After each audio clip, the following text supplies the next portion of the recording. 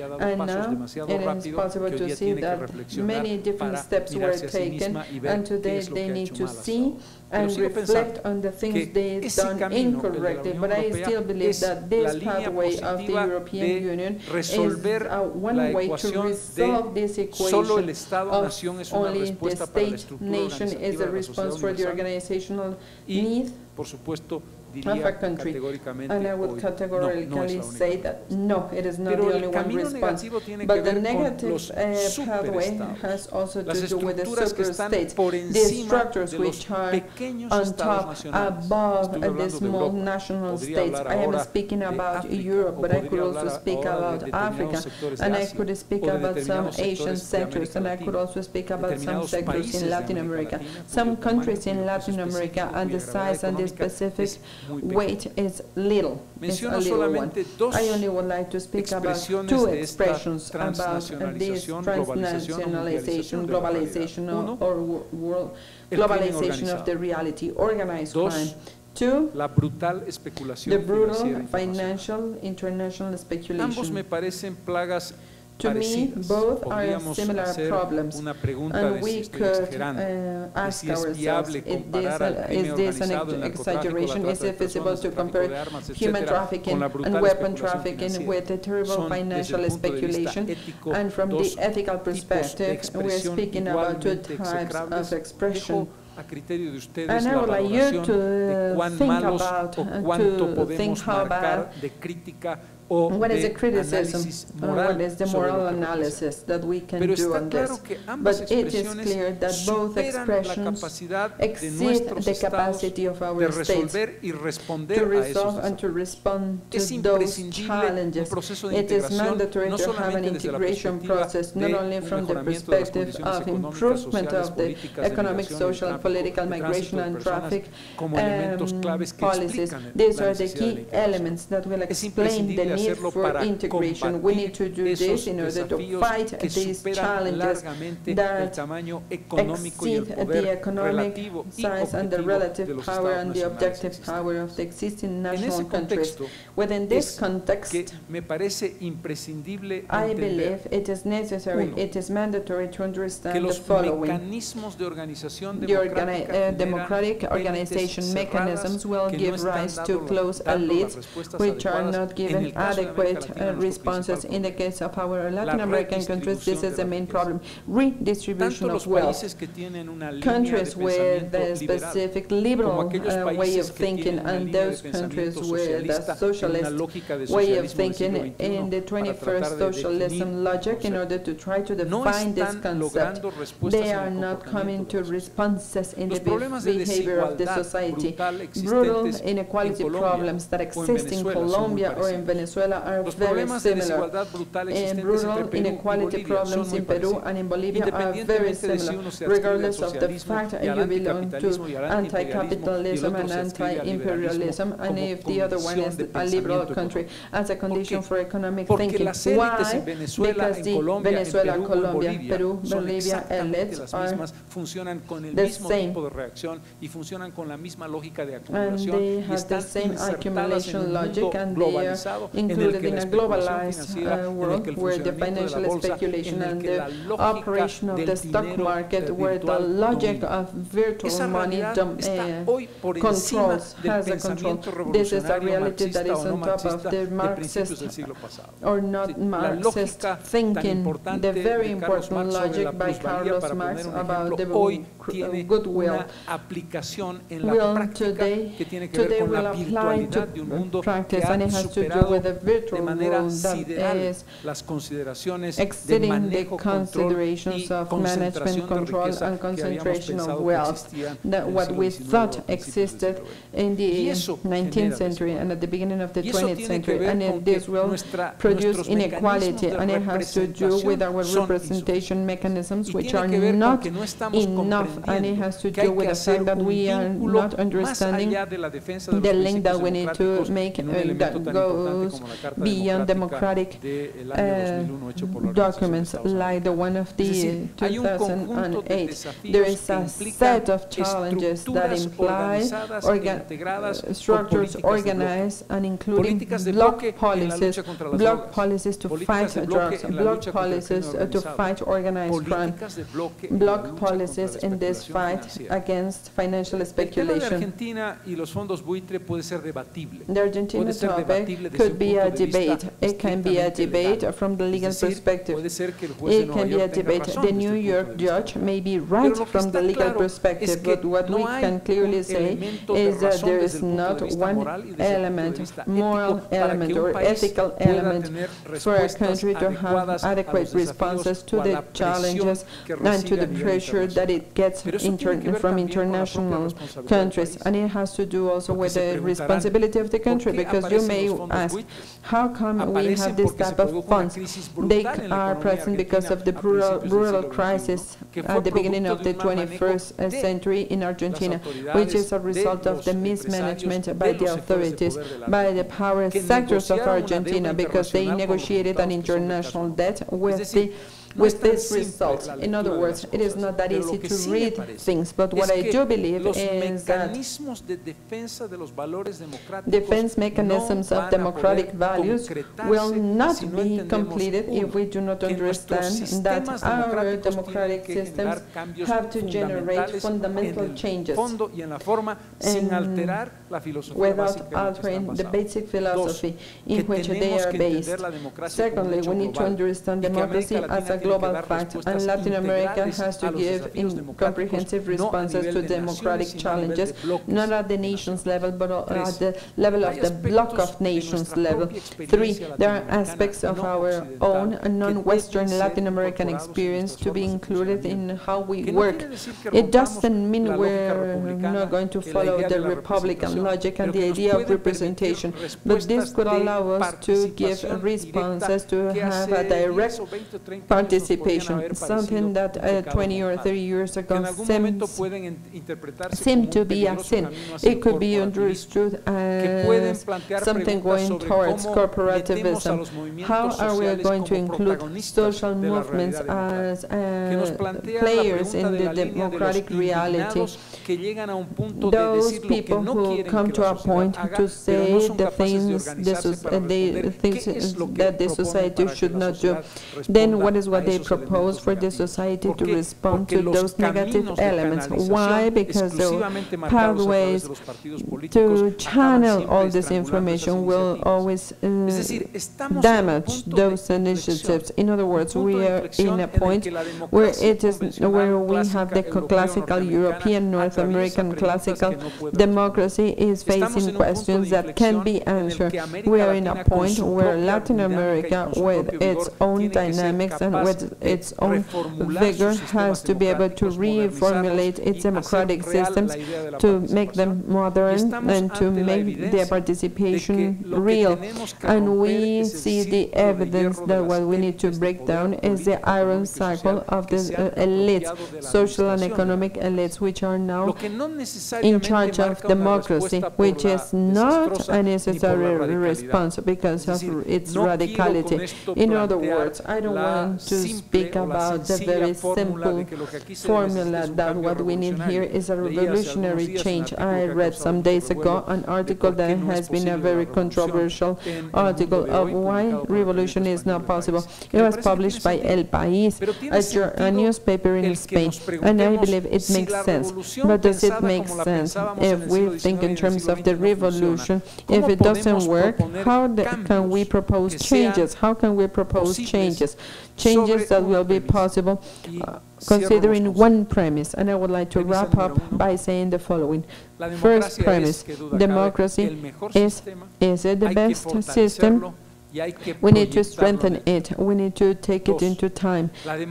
Secondly, democracy should always be related to the social obligations and economic obligations, because if it is not a mechanism to resolve problems, but it should adopt and adapt political responses to the economic and social questions of the society. Thirdly, the current mechanisms of our democratic structural mechanisms are not enough because they have not been defined to respond. They have not been defined to respond to the demographic exploitation of the continent, of the earth, and to the cyber progress that has been attained. Fourth, it is necessary to rediscover some elements of things that could improve democracy of our nations based on the experience, based on the non-Western experience of how we collectively and individually behave. The idea that citizens or citizenship will only be possible when individuals are recognized, but this should be combined with the collective citizenship with rights, and this collective citizenship with rights has to do with the pre-Hispanic past of Latin America. And I would like to close this by saying that it is necessary to speak about alternative responses to these structures of a political party as a democratic representation. The idea of a political party, the idea of someone with a representation in order to also speak about the logic of the electoral system. Yes, it is necessary, but it is not the centralized political party. Leninist. It should be a horizontal participation political party. It should be a political party considering three things: communications, mechanisms of today, and two other presence, which is necessary: young people and women that do not have the same participation as the real quantitative weight, but also what these two represent in terms of their expectations and their demands. Young people and women, this is a very important challenge, and it is based on a good decision. We want to come to democracy. Democracy came to stay, and this is the most important anchor of what the Latin American society wants. And it is mandatory to first understand that the crisis, world crisis of democracy has to be responded to in an efficient manner, and we need to understand that the generic responses that apply to the whole planet. I have some questions about other societies, which is not the Latin American society, but Sweden is different from France, and is different from El Salvador, from Honduras, and from Paraguay. It is possible that if we have a common philosophical base, we can give common responses. And I would like to end up by saying that we are in a historical fundamental transit moment. The concept of the state-nation, this concept, the state-nation, is not dying, it is transforming. And the idea of integration should make us think that it is mandatory to trade some characteristics of our sovereignty and to give away some characteristics of our very deep and not necessarily healthy nationalism that we typically see in Latin America, to build other realities that can respond to transnational challenges which come on top of the power of our own states. Thinking about democracy, this is part of the vigor of democracy, being capable of criticizing democracy. This is part of how strong it is. I deeply believe, conceptually I believe that democracy is the best system, but I am convinced with the same rigor that democracy needs to have fundamental transformations, and it is necessary to work on this, because it is not the right time to only pay attention to some details. It is not the right time to only change percentages. These are mechanical elements. We have deep, well-rooted challenges, and we need to be capable of facing them with vigor, with imagination, and we need to be brave.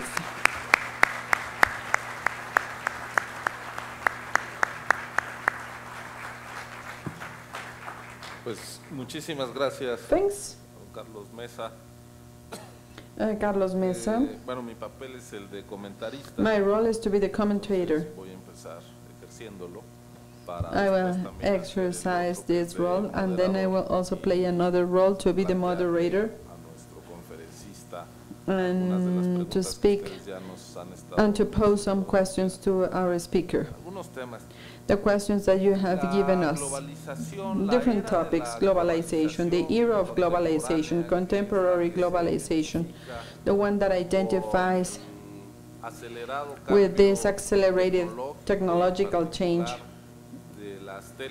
and the one we see in telecommunications. And this is the reason why it has been feasible to have this increase in the speed of the financial transactions and speculation. In other words, the globalization with which we closed the 20th century, and now we are in the 21st century with this globalization. And it has shown the limits of the state-nation to then come to responses to different challenges.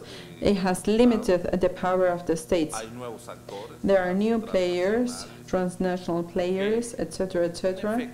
And in fact, han vuelto más complejo que los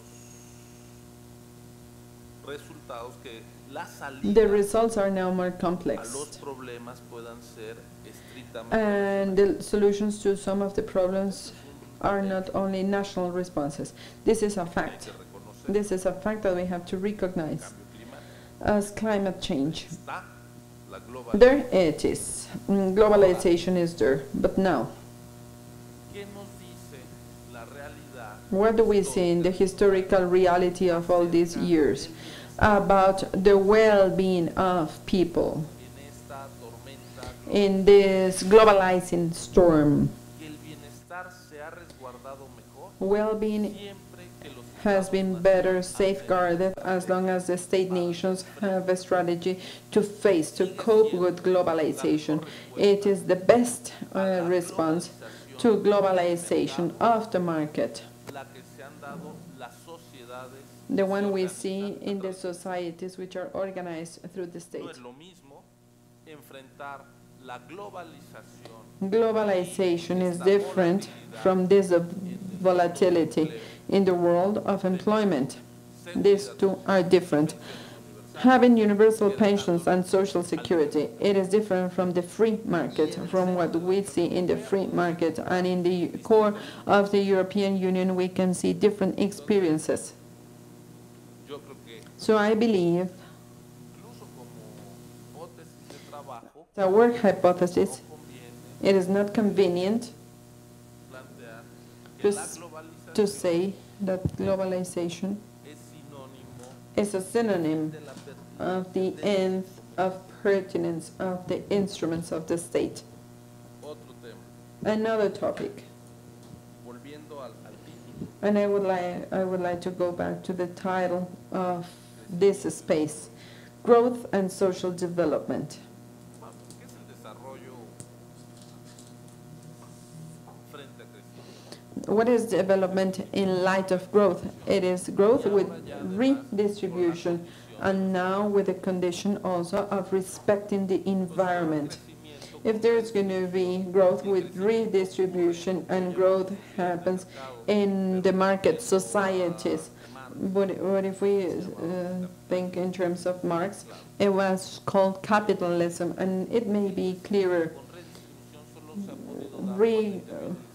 Growth with redistribution happens only with the participation of the state through redistribution mechanisms, because the market hasn't known how to properly distribute wealth. It knows how to produce it, how to accumulate it, how to generate it, but it doesn't know how to redistribute wealth. And for this, the only thing that has been invented by humankind is taxes and spend expenses.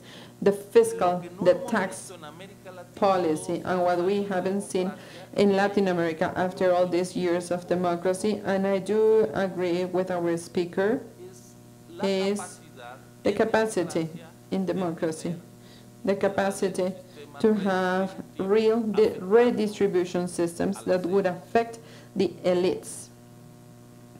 the elite. hemos llegado We have even come to a point, we have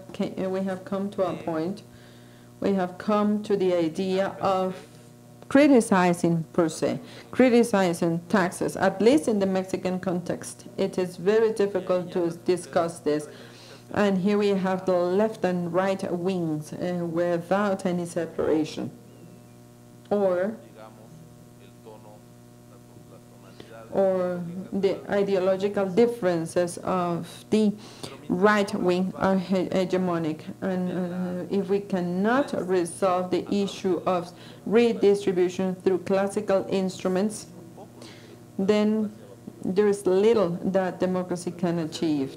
Market democracy will do just a few things. Another fundamental topic when speaking about rights of people. Most of the people in the world, as well as in Latin America, are working class, and they make their living out of the money they make. And we've seen that democracies face a crisis when we face the biggest employment crisis in the world, formal, well-remunerated employment or jobs, employment with rights and fringe benefits. Wouldn't it be that the way of doing economy is taking us to this unpleasant situation with democracy, because political parties and the insufficiencies have existed, but now demands are different when there is well-being, when there is employment. Demands are different. When people have something to take home after working, we may think that democracy will give us social results. Yes. But if we do not emphasize employment and wages or salary, because at the end of the day, this is another redistribution mechanism, which is the functional distribution of income, of rents, how much the owners of capital will make and how much will workers make. And the characteristic of this era, of this time of deregulation of the market, what we see in this time of financial speculation is a wealth concentration process in capital. Speculative. The social base of democracy, which is people, will be making less of the wealth that is generated worldwide. And this is what Piketty says. Piketty, amongst others. So I would say, can we speak about democracy without speaking about employment and the purchasing power that we get from those salaries and redistribution, work and capital, to speak in classical terms, as Marx did? Then I believe that if we take this spectrum and if we then question, why is it that wages are so weak, we will see what has happened to unions, which are the basic organizations of redistribution of wealth. This is what Krugman says. I apologize, but there is no sound in the translation booth. No escucho. Se fue el audio en... Ya. No. Social, there has been a reduction in poverty, there has been a reduction in extreme wealth. And then the golden years of capitalism started. And how? Unions became weaker.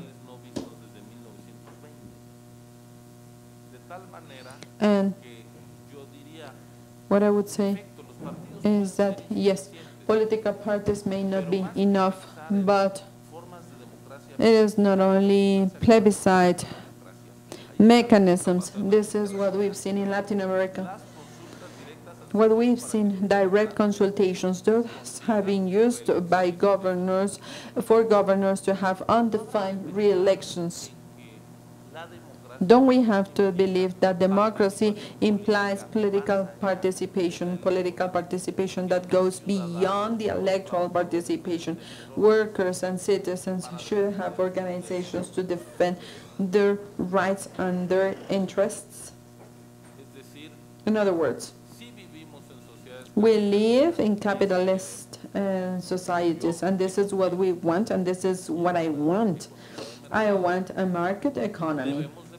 But we should think how are we going to face the very bad results that we have also got from the market, which is inequality. And this will be faced from politics. It will be faced from the democratic politics. So what I would say in terms of the general reflections and in terms of the general thinking, how important politics is expressed in the decisions by the state nation in order to then face what the market has always given, which is inequality and insatisfaction. And I do believe that insatisfaction in democracy is a direct product of the market. And it's not that we want to exhaust the market, we just want to regulate the market. And in this way, we're going to make sure employment, which is the one bringing income to people, and this is one that allows for daily well-being, to reassess it, because if we forget about these classical elements through which well-being goes through in these market societies, we will be jeopardizing democracy. We want democracy to be useful to limit the power of the elite through redistribution mechanisms. And this is going to be my initial comment. I would like to make some remarks. I would like to express your reflections were very interesting because we spoke about some critical elements of some of the elements that I have defended. First, the idea of a state nation. This is different from the management state, the classical concept of the state nation. To say it in easy words, we have in Catalonia, this is what we see in different societies, and it is a criterion that doesn't imply the disappearance of the state. It implies the reconceptualization of the idea of the state. This is something that I wanted to highlight because I come from a country that is a plurinational state of Bolivia, and it tries to reformulate the logic of the state as a unit of culture, language, religion, as an explanation of its composition. It doesn't mean that it doesn't ensure. I would say that the state is the instrument through which we've been able to organize some fundamental things for the improvement of the operation of the society. I was thinking in reforming the idea, the classical concept of the state nation, and without losing logic of the presence of the state in an integration process, you need to have some categories of sovereignty based on the common good, and so that historical challenges can be met, and the integration of other factors, the factors that I mentioned in my presentation. And I have one remark, which is a key aspect in Latin America: employment. There is no doubt about it. In a continent where 60% of the economy moves in the informal sector, how can you resolve from the state? How can you resolve within the logic of the supply and demand in order to come to attain better life conditions? The logic of employment policies that do not respond to the reality of an informal economy, which is a majoritarian informal economy. And this has to do with another element you spoke about, which is the tax reciprocity between the state and the society through the following. I will elect you, but I will give you the resources for you to manage my resources correctly. This equation is not a reality in Latin America because of the informality level, that it brings very complex challenges that go beyond the category of employment that I believe is very important. And probably there was going to be no response to this giant volume in which the economy moves, recognizing informality from the a lawfulness perspective. This is something very complex, but I do not believe the answers are in the orthodox answers to try to bring informal people into formal people. I will not debate on another interesting proposal by Hernandez de Soto, but I believe today it cannot give the responses that we need. In that context, I believe the modification of the system has nothing to do with the disappearance of the parties. It has to do with the re-encountering of the adequate responses that would allow organizations, whether it's political parties or not, to be capable to respond to the logic of representation and to be able to combine participation and representation correctly. And one final element, it is clear that the market is not capable of redistributing, but this clearness doesn't hinder us from recognizing that there are some socialist countries like the ALBA countries. In fact, they have societies that work brutally in a capitalistic manner. There is no correlation between the rhetoric of transformation and the objective functioning of the society. And this is why I was speaking about Colombia, Venezuela, Peru, but it is valid for all the Latin American countries. What is the difference between a citizen living in one of the ALBA countries, with the exception of Venezuela? But I can also speak about Bolivia and Ecuador. Bolivia is going to have the most important economic growth in Latin America this year, and it is part of the ALBA country. So it is not possible to compare ALBA, Venezuela, and mismanagement. But in objective terms, the Bolivian society, what is the difference between the collective and individual behavior despite of their good living concept compared to the Paraguayan society and the Ecuadorian society? There are no differences. This is why I believe in this context there is a very serious problem that has to do with the following. The market reality is something that is conditioning the deep responses we need to give to our democracies. And I would like to end by saying that if we want to face the market by regulating it in a rational manner, we need to be capable of coming into the world decisions on this market regulation, and of course this power which is bigger than the Obama power and the one by Merkel, which is the one that is defining the fate. And even if Merkel and if Obama want, and I am sure they don't want to do this, but even if they want, they couldn't regulate the transnational financial speculation that is generating this radical change in the collective performance and behavior in the future perspective. And it shows that the market is becoming an objective tyranny market. It goes beyond its many virtues. There are many virtues, and there are many positive things. In the last 5 minutes, I would like to read this. I would like to read this tweet. Since Telegraph is not used any longer, I will read this tweet, and I will read some of the questions. And I believe, as you already answered some of these questions,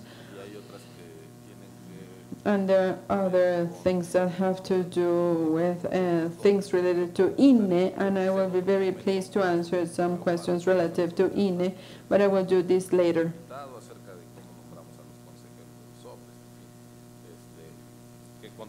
There are many things that I will be pleased to explain. But now let's take full advantage of the presence of Mr. Mesa with us.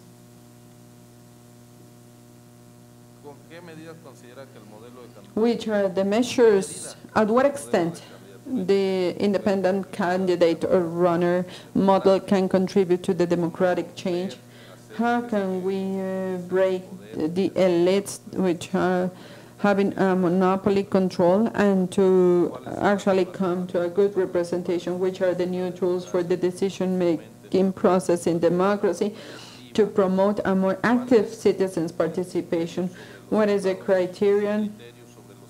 Your opinion about those states that are not interested in strengthening political parties? They rather make an effort to make them disappear and having only political movements. Which are the mechanisms to be implemented to fight inequality? How come there is more budget for armies and less for education and health? How come with the different political parties, when they win and when we have different governments, why is it seen as a negative thing? Which are the development perspectives of Bolivia after the elections to take place soon?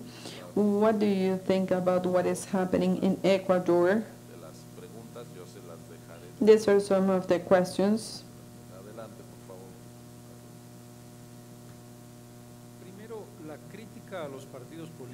First, criticism of the political parties.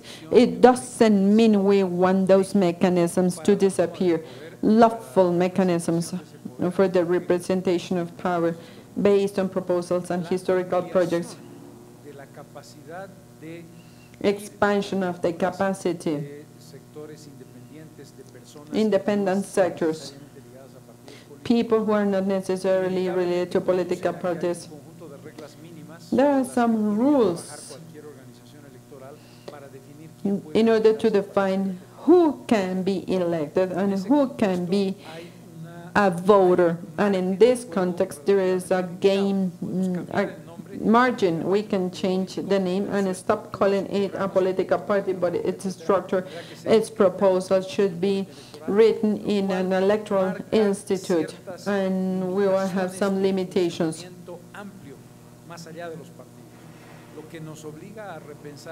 And we have to rethink about the organizational structure, the objective representativeness of the political parties. I believe alternance is key. To me, the criterion of having a system, of having a political group, of a person in power will give rise to total power that will bring total corruption. I believe a key factor that needs to be improved has to do with the justice system, and it has also to do with this fight against impunity, impunity of the politics, exercise without limits and with punishment. This is an aspect that will bring lack of confidence, and this has to do with the need to bring democracy to this power management space. This space will not go through politics, but also through economy and through social power cores. And the mechanisms in which we need to strongly work have to do with independence of the judicial system, credibility, and efficiency. For this, we need to find plural justice. We need to find differences between justice mechanisms, and we need to find the possibility to apply for mechanisms of our society in order to come to a justice of peace, things that should not be taken to the tribunal, and to have a conceptual difference between things that actually matter, the participation of the court, and what we can resolve in terms of justice. There are different types of justice applied based on the different customs and uses, what we see in countries such as Mexico, Peru, Bolivia, things that can be assimilated, and those things could resolve 50% of the problems, and why we have jails full of people. I would like to also end up by saying that the most dramatic mechanism that Latin America has in the judicial system, something that is damaging our democracy, has to do with how organized crime is being treated, and it has to do also with the fight against drugs, and it has to do with the relationship of our countries with the first power of the world, which is the logic to bring responses to deal with weapons, migration, drug trafficking. This is not working at all, and this is seriously damaging our essential political structures. Thank you very much for your keynote presentation. Thank you all. Of course, it was our privilege, it was my privilege to listen and to speak with Mr. Carlos Mesa. In 5 more minutes, we're going to start our next session, and we will be speaking about development, equality, and democracy.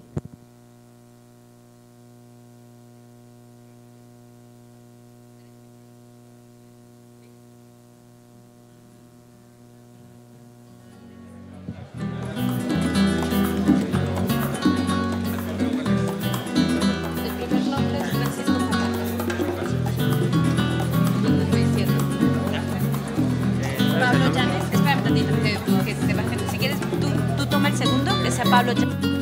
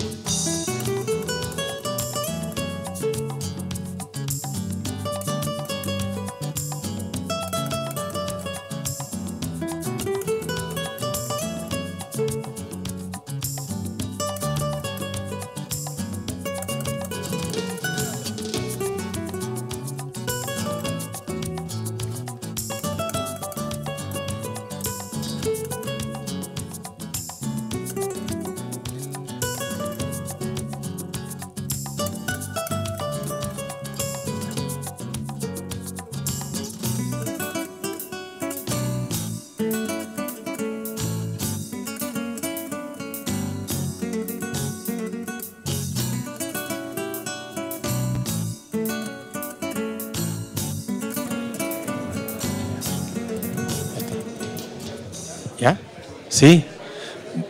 Sí, por favor, podrían pasar a tomar sus asientos.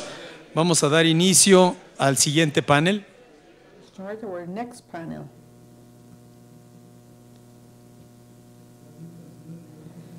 Speakers, would you please take your seats? Would you please have your seats?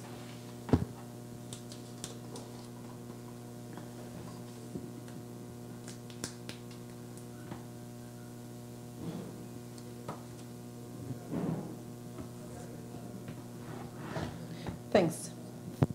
Our next panel is on democracy. Are they enlightened? How to cope with poverty and with social margination. For this, our moderator of this table is a board member, Enrique Andrade. Would you please, Enrique, have the floor? Take the floor. Thanks.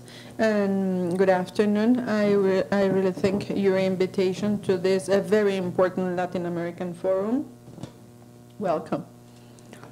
And I also would like to welcome, on behalf of one of the sponsoring entities, and as we have said, we're going to be speaking about this very important topic related to democracy in debt. And we're going to be talking to highly academic people in Latin America. And as you know, or you already have their CV, so I will not read the resume of each one of them, and I will rather make a summary of this topic, and I will tell you what is the mechanics. I will be speaking for 3-5 minutes, and then they will have the chance to talk for up to 7 minutes.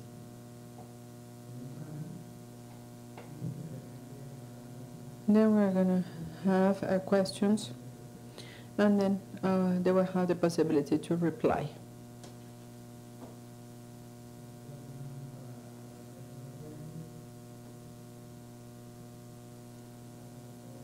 We have with us Francisco Zapata, Rolando Cordera, and Solomon Czartoryski. And I apologize, I welcome all of them. The topic we're going to be presenting today is a very important topic. We have in the Latin American region, we have consolidated democratic regimes, we have alternance, we have voting processes with a high percentage of attendees, participation of people going to the ballots. In the case of Mexico, we have had alternance. Since the year 2000, there is a voting rate of almost 60% in federal elections in our country. But this democracy that has been used to have credible elections and trustworthy elections and non-questionable elections, things that can happen every 6 years naturally in the federal and legislative branches, as well as in the different states of Mexico. This situation has not been reflected as a benefit. It is not something we see in the pockets of our citizens, and this is why there is a type of disenchanting process with respect to democracy. This is something that happens across Latin America, and as Latino Barometro says, this is the best way of government. There are some people who believe this is the best way of government, and there is also a high percentage, almost 30%, a little bit more, who are unenchanted by democracy. In other words, democracy has not been used, it has not met the expectations about this government system.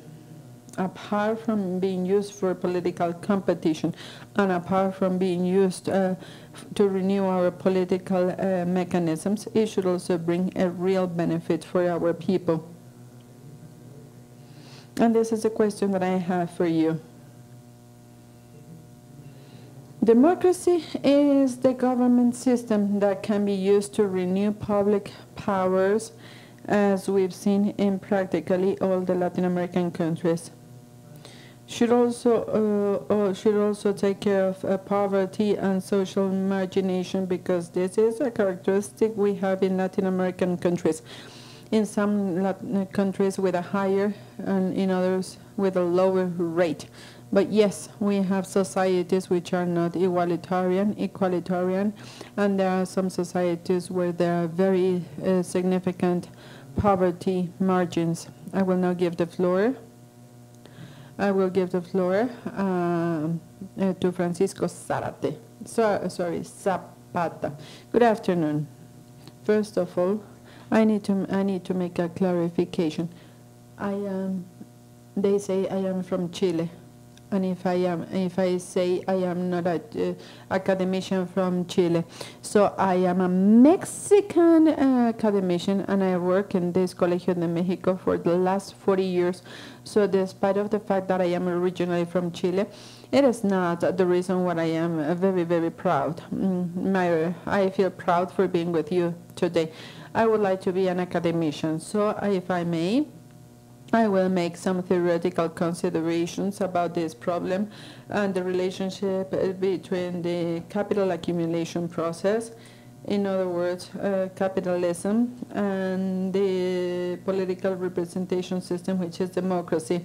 So first of all, we need to conceive the analysis in terms of what is the articulation between the economic accumulation system and the political representation system. These two elements are very efficiently mixed in one type of political organization that appeared at the end of the 19th century. The social democratic political parties in Europe, specifically, it was able to articulate these two dimensions very efficiently. This is the first point, the need of not separating the economy, not separating economy from politics. The second problem is that today that articulation has been characterized by the capital accumulation system. It is not the national players, the most important players. So we also have participation of international transnationalization, capitalism, transnationalization of the American economies because of the presence of those companies which are crossing the national borders. And this is why there is this interference, and this is why there are many internal tensions.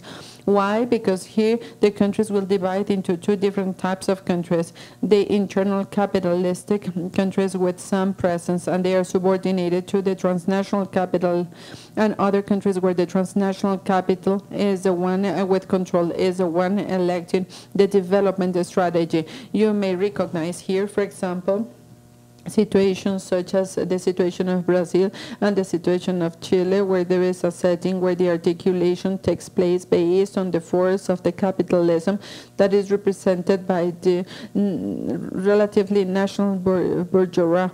And in those two countries, the efficiency of the democratic system has also had in the last 20 years, has been valid in the last 20 years. And there are other countries, the country where we live today, where I would say this is the opposite relationship, the presence of transnational capital in Mexico in relationship to the presence of transnational companies and the decisions made out of the national geography.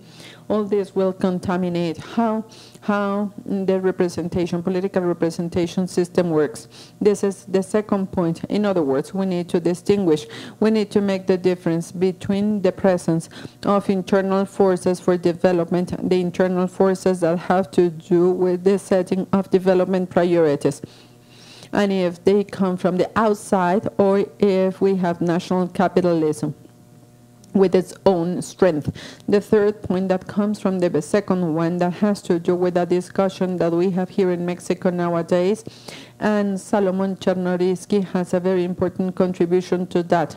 If we analyze this very easy problem, simple problems such as work remuneration in Mexico, for those who do not live in Mexico, there is a big debate in Mexico about giving or not giving or increasing the minimum wage. And if take into consideration my theoretical frame that I just presented, you will see that in those countries where the presence of national capital is strong. Minimum wages are 4 times those that we have in Mexico. It is a paradox. And for example, we have the case of Brazil, $500. This is the minimum wage. In Chile, $500. This is the minimum wage. And this is where there is very important force of the national priorities in the development of the internal or the domestic market. So there you have a very strong relationship with the depth of the democratic system that has been valid at least for the last 20 years in both countries. It is also expressed in the articulation of the capitalistic people with improvement of living conditions of workers. And if we compare this to what happens in Mexico, and in the last 30 years, the purchasing power of the minimum wage has been reduced to 0.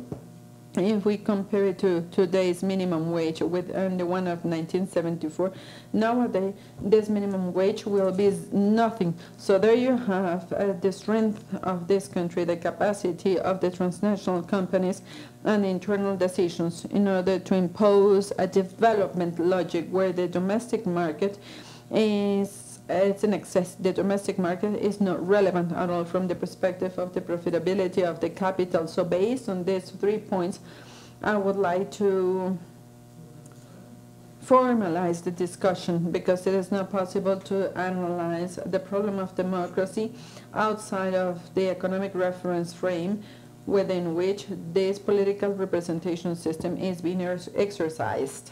Thank you very much.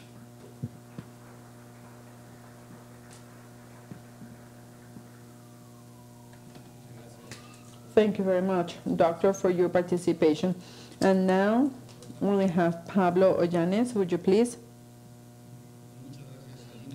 Thanks, Ine, for your invitation to participate in this reflection process. I would like to highlight the following. I would like to speak about encounters and disencounters between the political economy and well-being.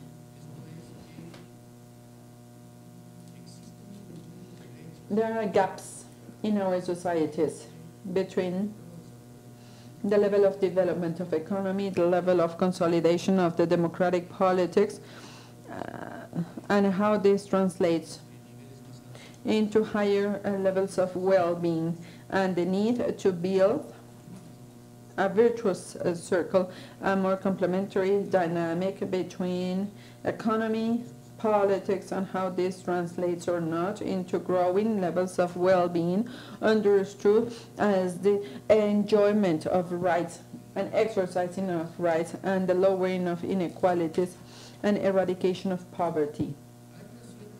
There is a correlationship between democracy, inequality, and well-being, but it is not an automatic correlationship alien to the public. Societies with more consolidated and deeper societies tend to be societies with higher well-being rates, and this is not casual. Democracy brings a redistributive process of power, a capacity of the weaker voices to get organized and to be present. It is one way to expand and to deepen the public agenda. And consequently, if it is possible to deepen democracy in its widest sense, there is going to be a trend to progress to more egalitarian, better integrated societies. This means that the growing equality is also a condition of development and deeper democracy, and this deeper democracy should also translate into more questionable societies and more equality-based societies. But there is a world debate, and it is possible to witness that not necessarily democratic progress will automatically translate into better levels of well-being, and consequently a gap could be, or the scissor effect could be taking place between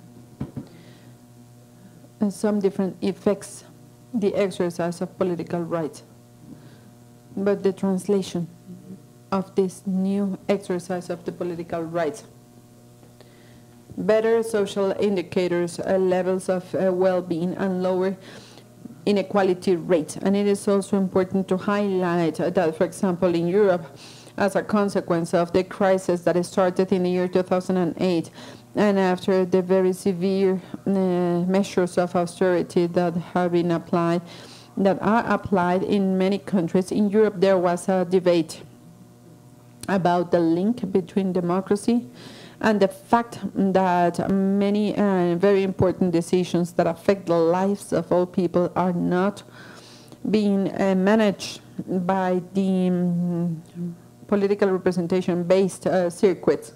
In other words, very important decisions are made by organizations which are not subject to the democratic control, and by organizations which internal governance is not based on the principle of one person or one vote. It is rather $1, one vote.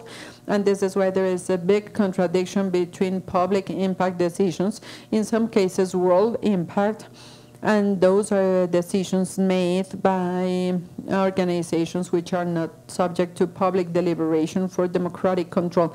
So it seems to be that this is a very relevant topic. Decisions are being made not only externally outside of the national states, as people said in the previous panel, it is also out of the public deliberation control mechanisms, and they are not subject to basic democratic rules. And another very important element that I would like to make reference to, and I would like to speak about Mexico, and I would like to speak about the gaps that we see in Mexico, the gaps we see relative to the size of the economy and the magnitude of the social indicators. What calls our attention is that Mexico is the 13th economy in the world. It is the second economy in Latin America. It is a member of the G20 and is member of the Organization for Economic Development, and it has the second highest productivity rate across the region. And this great economy, which is a considerable dimension, a considerable size economy, translates into a 60% informal employment measured by INEGI according to the new international standard. Gini coefficient, it goes from 0.48 to 0.51 with some limitations, as already said. Piketty spoke about how we are living inequality and the real structure, social structure, is not being expressed what we have in our countries. And according to Coneval, this is the 13th economy in the world, and the second one in Latin America, but only 20% of the population is not poor or vulnerable. So there is a very big distance between the economy we have in the country and how this translates into levels of social well-being, effective social well-being. And it has to do with the fact that if we classify Latin American countries, for example, because of the economy, a country like Mexico belongs to Group A. It is in the group where we have Chile, Uruguay, Brazil, Argentina, Panama, and Costa Rica, if we take the GDP indicator per capita. But the development of the social state, Mexico would be in Group B. In other words, the average social expense of Mexico is around 12% relative to the product, and in Latin America is 19.8%, and there are countries with higher levels where the social expense per capita in Mexico is improving around $580 versus $170 in average in Latin American countries. So there seems to be a very big gap, and it is not only the democratization process after many decades that Mexico has followed. It will not necessarily become the social indicators that we all want to have. But the economic development is not producing the social positive results that should be attained. In summary, it is necessary to approach these inequalities, considering Mexico is not below the potential economic development, but there is also a very important backwardness in the construction of the social state, not with the resources that could be obtained in 20 years. I am speaking about the current economic structure, and later I will be speaking about how to relate deepening of democracy and the tax and the social and labor dimension of development. Thank you very much.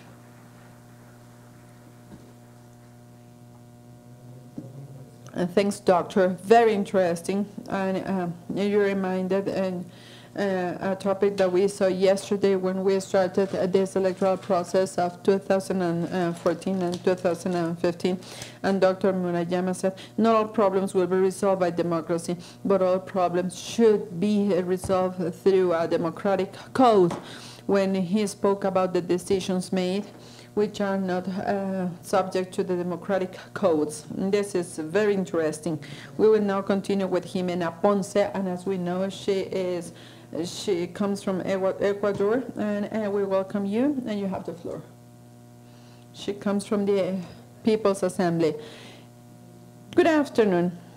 I will be speaking about the practice of politics. It is not an academic reflection, and I will be retaking some of the elements already expressed to speak to somehow be related to the presentations already made. And I believe it is also necessary to see the historical context. Sometimes we know that Latin American democracies are not perfect, and we always compare to others. And I believe there are political, social, and economic developments which are the model, like the European model. And we in Latin America have had different models, and we have one specific democracy way and political processes which are not necessarily better or worse than other states. And I believe it is important to remember our constitution process of the states of the regions in Latin America, and an important process that I believe has marked us, which is the dictatorship that we had during the 60s and during the 70s. Democracy was an alternative to break the domination.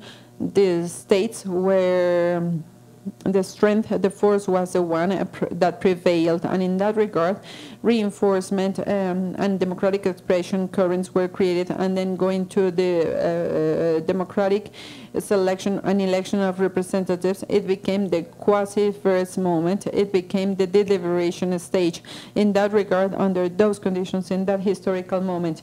And after that, we also saw, after all these processes, we saw other governments that come democratically. They were elected by the peoples, but they do not represent the peoples. And as I said before, they are not democratic. Those are unilateral decision-making processes. Democracy was only used to take them to the seat in the power spaces, but this is not good for the decision-making process. So we need to remember how democracy should be used. And in this regard, we also see some other aspects that exceed the limits of the countries that will confront, that would allow us to see how there is a power behind democracy. It is not the power of the people, of the vote. It is really the market, the one that is marking us. And this is what we said before. And in that regard, those governments that came through democracy but do not make decisions for the majority are becoming stronger. And this is because of other countries that have economic interests. And again, the invisible market force that is visible in the inequality. This is what we have seen. And at the end of the 90s, on the other hand, when Hugo Chavez came to power, there was a political change. There was a different expectation of citizens, of the majorities, and they wanted to resolve problems through election mechanisms. They wanted to give power to governors because they wanted to have a solution for their problems. And then we started to see a new way of conceiving the transformation process in the democratic setting. Those very important moments, which are not academically addressed, will help us to see the development. But I believe the development of thinking and the democracy practice will always take us to the formal and the substantial democracies, and believe this has been brought to the table after all these presentations. How to articulate, how to place from our perspective, and I'm speaking about this, and as how we can be in the core of democracy, how this can be an engine and the consequence of all the rights, human rights that would lead us to good living. And of course this will necessarily happen and go through a redistribution of power and redistribution and democratic access to production goods. So we are speaking about new ways of democracy, and this is something that should not only be placed in the context of public life, but we should also see different ways of working, social and economic organizations,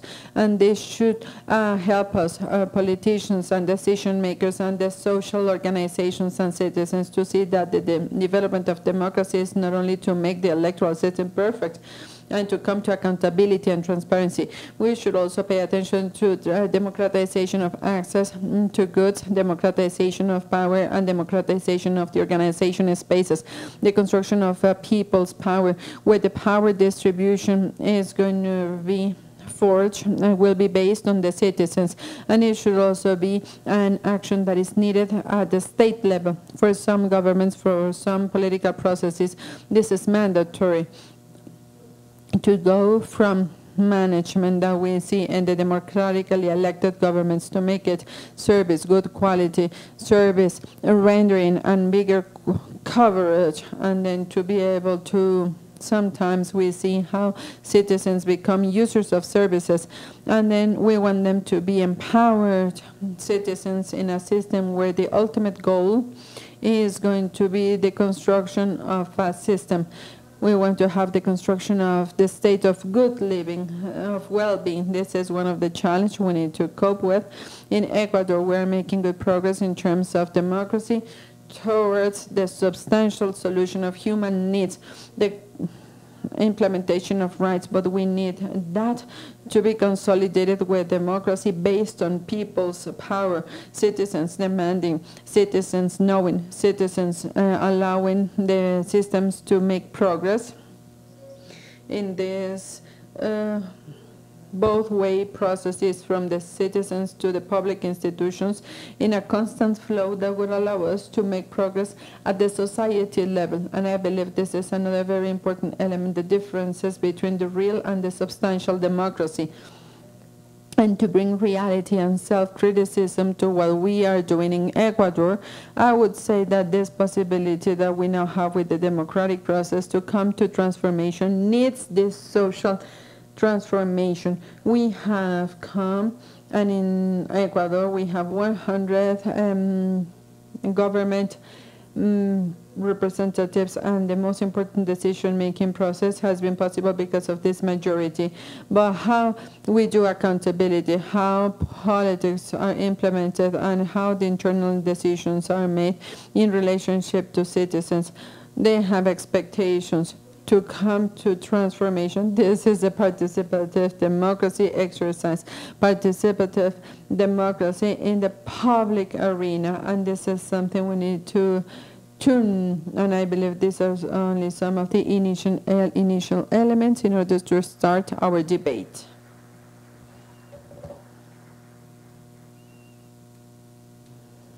And thanks, Doctor. Congratulations for adjusting to the time rigorously. We're going to have questions. If you want to ask questions, please give your questions to logistics people, to the floor attendants, and here I have also some questions so that I can start a second round. We will now give the floor to Salomon Czartorewski, the Minister Secretary of Development Economic. Thanks to you, thanks to INE for the invitation. I believe that nowadays We have three transitions: democratic transition, and the combination of these processes, I believe, is a very important part of the modern history in our country. The first two, demographic. Mexico has conquest reasonable achievements. On the one hand, the country is living today a very important demographic moment with less rates of dependence in history, with a population capable of producing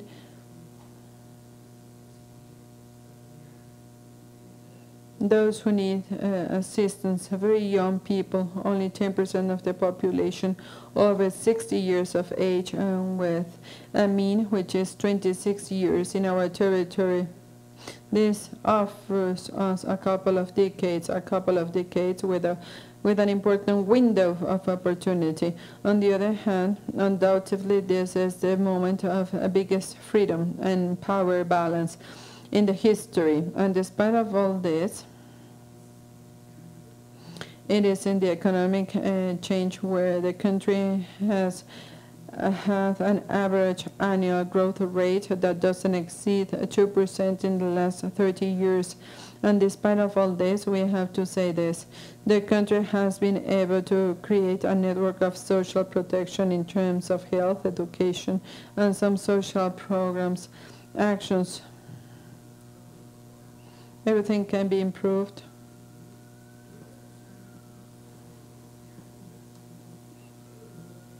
This has become the instrument. These are some of the social cohesion instruments. 30 years of growth, modest growth. Growth that has been concomitant with the growth of the population. All this will damage all the efficiencies that we could have in the social protection network. In Mexico City, this is true, because despite of the fact that the city has been the pioneer of many successful social programs, and it owns the biggest social protection network, it has been impossible to contain urban poverty and poverty of workers. There are three pieces of information with more than 1 million direct beneficiaries because of cash transfers from the social programs. Poverty in Mexico City has not declined. It has done the opposite. It has increased. And after the crisis, after the 2008-2009 financial crisis and unemployment, Mexico City was able to generate a lot of employment, recover the lost jobs, and to contribute with 1 out of every 3 jobs generated nationally. But those new jobs and the new job positions that were created were most of them were with lower wages. In 2008, 40% of the total jobs in the city were more than 3 minimum wages, but in 2014, this only represents 30%. Thirdly, the very vast network of social programs hasn't been used to close the gaps relative to inequality. The opposite has happened. How do we see inequality in the city has grown? This painful problem has an explanation. The formal labor market is not useful to come out of poverty. We have to speak about this. In the United States, this is the well-known in economic theory. This is the working poor. In other words, those people who, despite of working a formal work day in the formal market, they do not make enough in order to have dignity in their lives. Income of workers is not enough to pay for the essential needs. I am specifically making reference to those who make less. In this diagnosis is the one that led the mayor of the city, Miguel Ángel Mancera, to change his actions. After 17 years of left wing, there was a need to defend and to preserve the network of social programs, but it is also necessary to try to have an active subnational economic policy with an income and redistribution policy. And this is why a proposal was submitted, an economic policy proposal was submitted, and it was made the result is a policy of the recovery of the minimum wage in Mexico City. This statement and this proposal, and I am bringing this to the table because we are convinced that this is right in the center of our biggest problem, of our biggest debt, which is inequality, and it will be a change in the discussion of the economic policy and in general terms public policies in the country, because we believe that for the first time in Mexico City, we are questioning the redistribution issue of our democracy. I would like to summary the proposal of Miguel Ángel Mancera, and it includes 10 points, 5 national ones and 5 local ones. First, to make a big national agreement to increase in 2015 the minimum wage to 82.86, and in this way we're going to exceed the minimum line of well-being. In other words, adults and people who depend on this will at least be able to buy basic products. We're speaking about absolute increases, which is 15 pesos and 57 cents. So we're speaking about having the possibility of having 1 liter of milk every night. And the goal is to reach the line of well-being referred to by Coneval, which is 171 pesos, considering constant prices of 2014, to be able to buy basic products, but also to be able to buy a basic product with dignity. We also want to remove the index of minimum wage as a reference of other measures to speak about minimum wage by itself. In other words, we don't want minimum wages not to be the reference point for fines, for mortgage loans, and not even for the financing of political parties. We believe there is a need to take the index off from the minimum wage. Thirdly, to strengthen autonomy, transparency, and representativeness of the National Commission of the Minimum Wage, which is the constitutional entity in charge of presenting the proposals. The fourth one, to have an interinstitutional commission to monitor and to give a specific follow-up to the objectives of economic policy and all the effects. In other words, we want to be able to tell how gradually we can increase minimum wages without having an impact on other economy variables. Fifth, to modify the calendar to determine the minimum wage. To do this once the contract negotiations take place, in order to unrelate it, to separate it from this.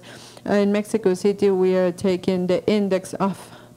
We are starting a policy. We're starting a very important policy to come to better labor conditions for workers in Mexico City. In other words, we don't want to have workers making less than the minimum wage, but we don't want workers not to have social security conditions, which is a fringe benefit by law.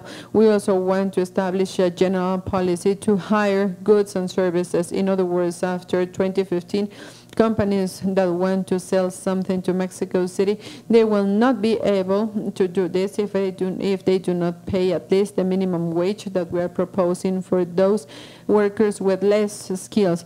We want to have a very important policy in terms of tax benefits for companies, specifically for micro companies, to after the wage recovery stage. This is in general terms, and in general terms this is a proposal, and I reiterate that I believe it is very important to bring it to the table, because we are convinced that the biggest debt of the modern history of our country is to build a policy, an economic policy that would allow the generation of income and redistribution, so that we can become a better society. We want to recover minimum wage. This is going to be an act of justice and an act of efficiency.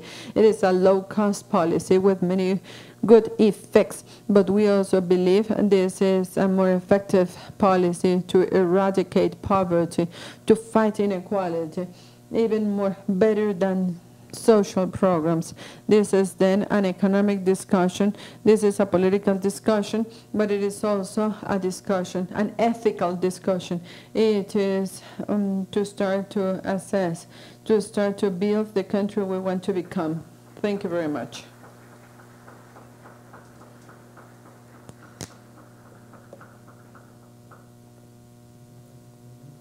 Thanks, Salomon. And this is a very current topic that is being practically debated as we speak, the national policy. And there is no doubt there are going to be questions for the panel members, which are going to be the benefits of this program. Last but not least, in this first round, we will give the floor to Professor Rolando Cordera.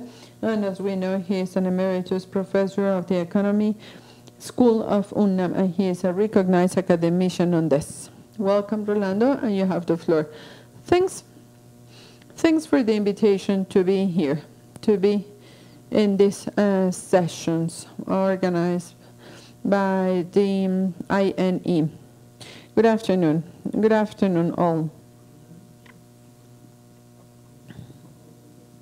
On the same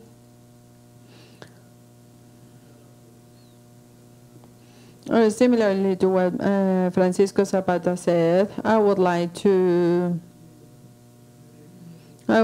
make reference to some relationships, structural relationships, within which it is possible to speak about this dilemma. This was a question that we were initially posed. What is what democracy has to do with social margination or poverty or inequality? Or as we see in the original title of this panel, what is the debt of democracy with the society? I learned after a lot that we should not ask for everything to democracy or from democracy. I learned this, but citizens do not pay attention to this statement by politologists.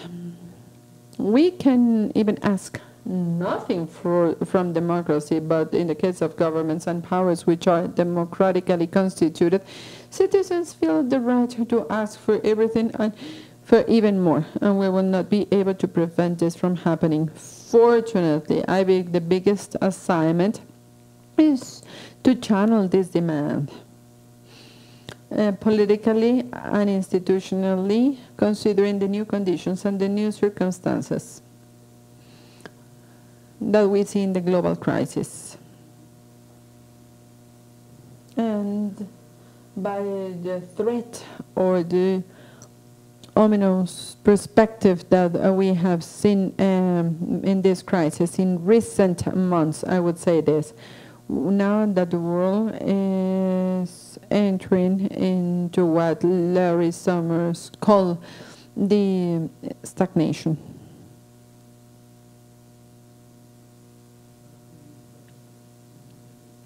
If this perspective happens to be a reality, the conflict between democracy and the society, and democracy and equality, and democracy and well-being will become more acute, will become sharper, because the margins for freedom to evade important redistribution-related topics will be less. We have no worries because we are pioneers on these matters. We have been living this quasi-stagnation conditions, so there are no alarms for Mexican people, but for South American people who have gone through a boom summer, or a summer of boom in terms of raw materials, democracy, and even redistribution, This is a perspective or a view that should be seriously seen. Expecting and it will never happen, of course, but we've been trying for many, many years, trying to announce a sustained recovery, and International Monetary Fund and the World Bank in spring and autumn meetings say it is not that good, and that those green things expected by Obama, before turning green, they will turn brown. In 2010, CEPAL documented what the rest of the world was documenting and rediscovering, which is the fact of inequality as a phenomenon, as a central phenomenon, articulator of the social life and condition for the possibilities of economic evolution that will be socially satisfactory. You may remember that it was in the 2000 and at the end of the 20th century, the president of the World Bank and the U.S. president, Bill Clinton and James Wolfenson, respectively, they both attended the huge Seattle rebellion, and opposite to what others said, those who were against the globalization, they were insisting, and they also they did the same in Davos with the wealthiest. They said that was the announcements of Seattle were structural and social deep problems, and those should be pay attention to, and they should not be left only to the U.S. hippies, as always. They were facing the first expressions of what we could call the uncomfort of globalization and how this has been deployed. We join this reflection, and it is not a reflection only by the left wing side of the academia or the international policy. It was something done very smartly, intelligently by all these characters with this very important document. And the time of equality, the central historical, the ethical imperative to live a globalization that was facing a crisis. And it was announcing important things. This was the main message of the CEPAL. And it has also produced two other reports, Structural Change Towards Equality and Pact for Equality. But I wanted to make reference to this to say that we are kind of late to this rediscovery of the international society. And it started in Seattle, and then it took place in Davos, and it has been present in the different social forum. It's good that we are contemporary of all men, and as Octavio said, even if it is from the negative side, we are as or even more rational than the rest of the people, and we still reproduce a lot of poor people. And as Pablo Yáñez said, there is no justification in the economy, not even in the size of the countries. There is no mechanical relationship between economic growth and social discomfort, as we saw in the initial times of capitalism and the Industrial Revolution, or our first industrialization. What we have is relationships of power that have conditioned, that have determined these results.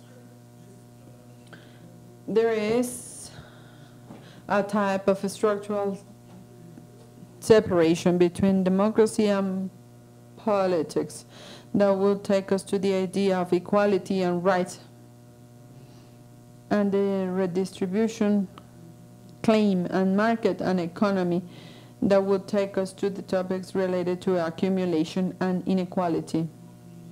And in light of this, which is something inherent to how the economy and the modern societies organize, the capitalist organization, what we have to look for. Some people look for disappearance of the system, and to me, this is good and this is legitimate. We need to see what destiny looks for. But what we need to look for in this relationship between democracy, inequality, and poverty is the participation of the different institutions. We want to have new structures, things to which these two dimensions, democracy, politics, equality, rights, market economy, inequality, and accumulation, we want this to find difficult, to find a place to be productive. We know it is difficult. I believe this is the biggest challenge we have, and we have to celebrate, because the government of this city, it's good that they started this discussion, but at the same time we should also admit that the beginning started, and this may be right, and this is for us to learn. It started in the minimum portion of the pyramid and in the scale of our values, because we are now speaking about minimum wages, and for many years it hasn't been enough to meet the constitutional mandate. It is not enough to meet the minimum standards to survive, to live, for people to live. Let's also quickly remember, let's quickly make reference to the institutional participation, the fight of classes, the economic fight between classes, and the political fight.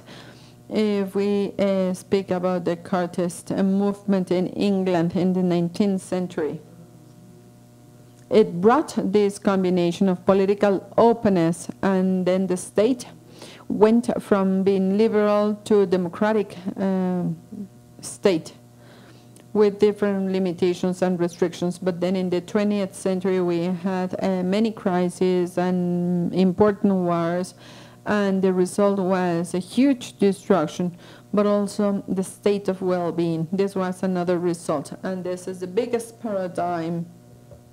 This is the biggest paradigm that is now going to be demolished by the austerity that prevails in Europe, and because of the terrible mismatching between the political exchanges we see, for example, in the United States, and they hinder progressist exits, as a proposal by Obama and his Democratic coalition. We are facing a globalization situation in crisis, so we need to ask ourselves if out of this transformation that globalization implied, the collapse of the bipolar regime organized by the international order of post-war, and the opening of the markets, the productive transformations in Asia, the recovery and democratic conquest, etc., etc. This big transformation is going to give rise to the crisis, to the creation of this large double movement of the society, the great transformation, to then give rise to a new modulation of the economy in favor of the society, and then to change the equation that has prevailed since the beginning, since the end of the Cold War, and then the frantic search for the unified world market. And here I will say that we need to ask ourselves if it makes sense, because of the agency and because of the players, for this institutional mediation, progressive mediation. what we have in the Mexican case is signals, reiterated signals of lack of sensitivity of the political system and the players with relationship to the contemporary social aspect.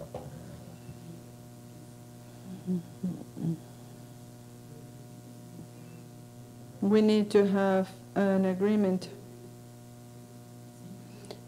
We need to be able to speak about this.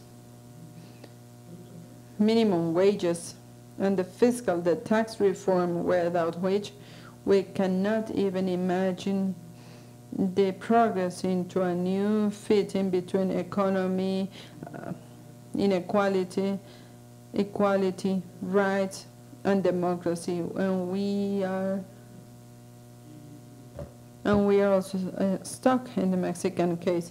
The search for this agreement, fundamental agreement, I believe it is going through a deep reflection about these initial ideas of the modern society: democracy and capitalism, participation and distribution or redistribution, and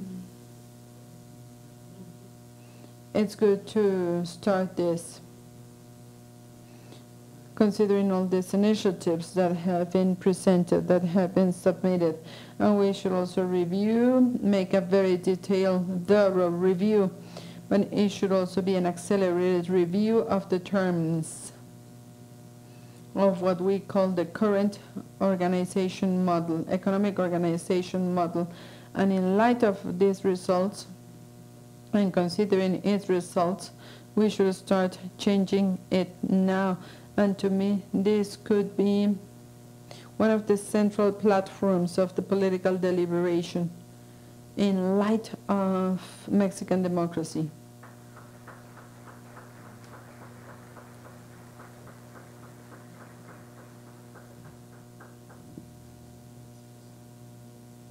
Thanks, Rolando.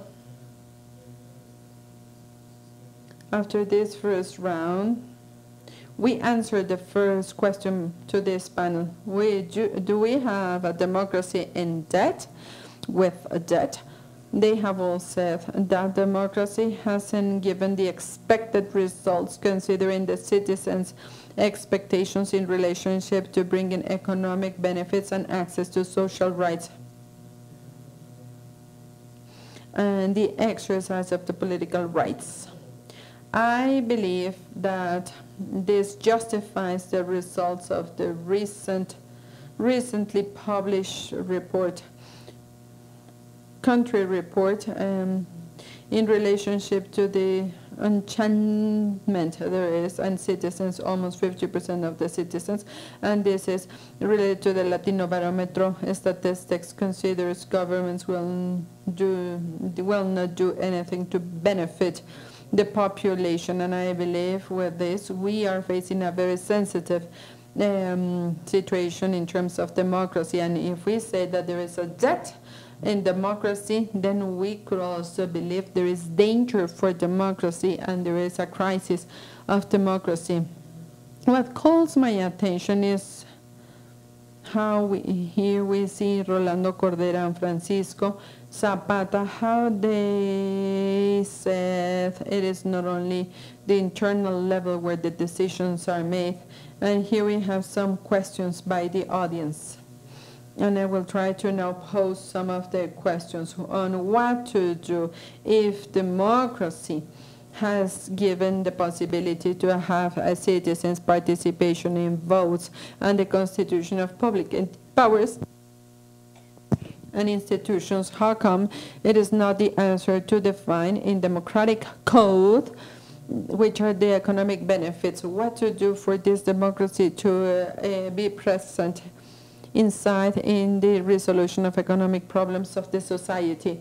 So I will now give the floor to the academician from Colegio de México. Francisco, would you please answer?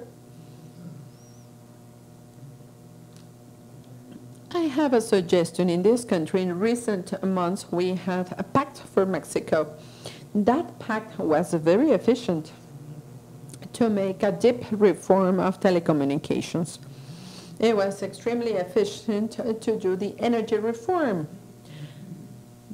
Now, why the pact didn't make the decision to make a big reform of loss on wages?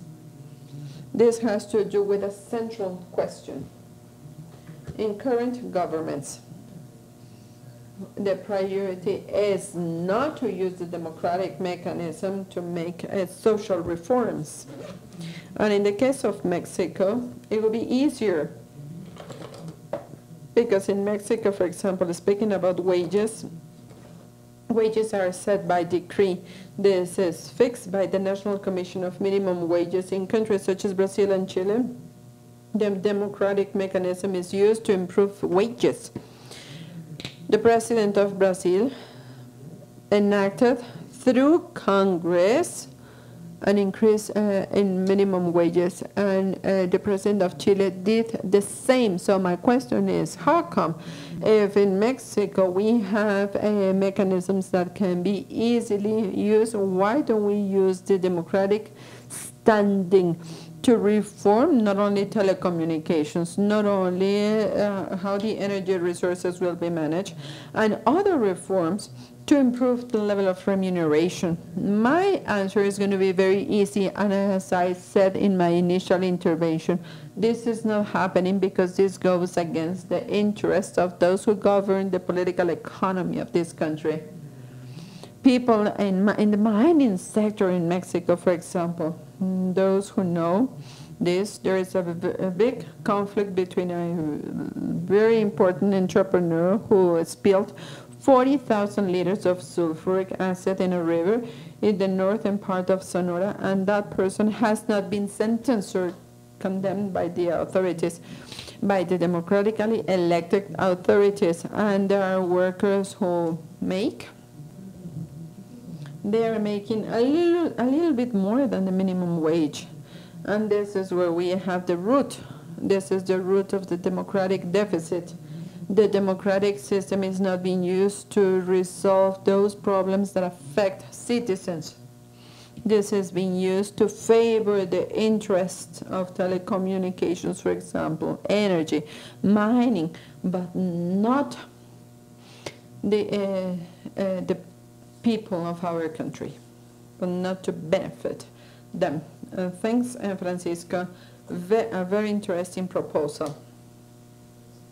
A pact in relationship to social benefits, bringing access to social benefits to most of the population. I remember in 1994 when Mexico wrote the free trade agreement, signed the free trade agreement. This was one of the pending questions. Why the political and social aspects were not considered, the economic only.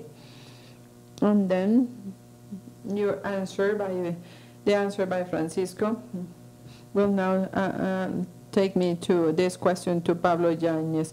What he said is, more democracy is needed. So how can we make this democracy to be useful to bring these economic benefits and to be able to meet the social rights that we have in the Constitution, in the case of Mexico, as well as the ones we see in international instruments? Social rights of the population, health, education, housing. We have this deficit. This has not been met. So how can we do this with more democracy? Because till now we've seen that this way of government is not meeting our needs. Thanks, and it's good that he is making reference to the country report about the quality of citizens. There is a relationship between this structural reality of inequality and social scarcity, and it is giving rise to social habits. And one of the biggest concerns is not only the awareness of magnitude of inequality, but also the level of naturalization. To assume things are like this and to believe this is the natural behavior. And this is why we have lost the capacity to be moved by the social problems. size of poverty and inequality in a country will not necessarily translate into a public shaking behavior in light of these conditions. And I believe that we're getting used to this reality and that we only have to manage it instead of making a transformation route. What I would like to highlight is two ideas that come from Rolando, the trilogy of equality, but there are also two ideas that could be very useful for the comments and for this dialogue. We have the proposal by CEPAL that we have to make everything the same to grow. The central idea is that we need to grow to be the same. CEPAL complements this by saying that there is a need to be equal to grow. In other words, the concentration and inequality models are also becoming a hindrance for economic growth. And on the other hand, the social should only be social. If we want to come to transformations in terms of a level of well-being, and for this, structural transformation processes are needed in the economy, and consequently we need to break apart this relationship between economic and social policies, and we should rather think in terms of social and economic policies or economic and social policies. If we think about the different interventions, and if we think about what Salomon said, I believe there is a tension in Mexico, where in the last 20 years, both has devaluated as well as jobs. So how can we reduce this tension? How come we have problems, we have hindrances? How come there are more respect towards democratic values, better electoral mechanisms and procedures? And both has re-evaluated, but works or jobs are devaluated. And I believe this is an issue that will give rise to very important social factors, and it will also limit compliance and exercise of democratic values. So I believe it is the right time to take this tension and see it as one of the tensions in democracy, of the political regime and of the economic regime. Another issue is that the economic regime and the economic policy is public things which are not being discussed publicly. If you see the set of public debate, the debate on economy has a marginal position. It may also be the right moment to expand the discussion, to socialize discussion on economic politics, and then come to another proposal that I like by Duchamp, the need for the societies to build active economic citizens, citizens involved in the debates and involved in the need to include these as part of the stream towards democracy. And let's speak about another example. Let's speak about the wage evolution. This has to do with some democratic, very deep deficit in the operation of the labor institutionality. This is at risk. Labor justice, the operation of unions, labor supervision. There is an issue here, and evidently it produces and it comes to some results in the wage and labor policy.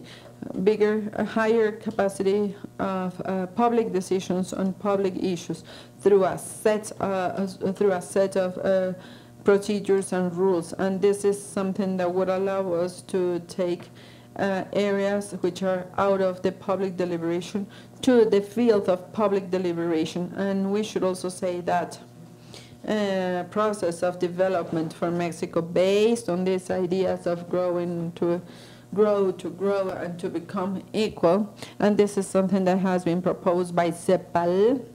I need to include three major dimensions. We need to include economic sustainable development process that will bring social equality, so that we can also have incorporation process into globalization, but this should not be based on low wages and low environmental regulations. I believe these are three central elements.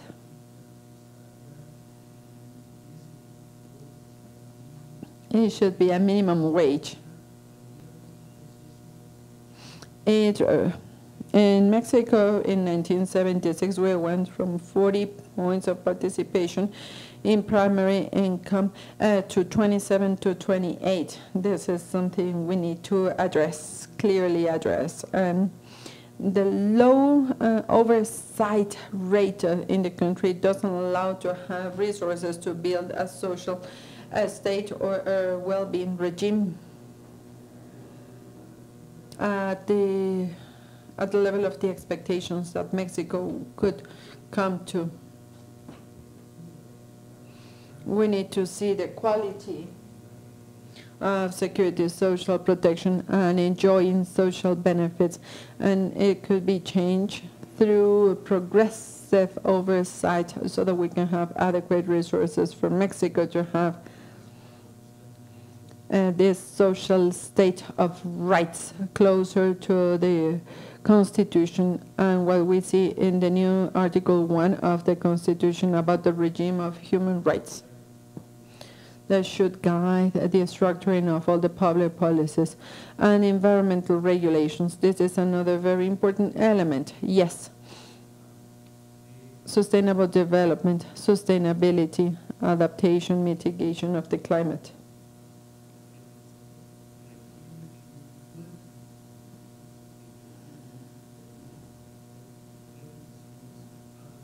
Adequate regulations.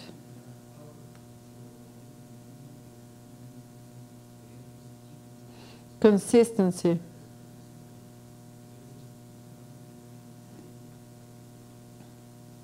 It should be this equalitarian.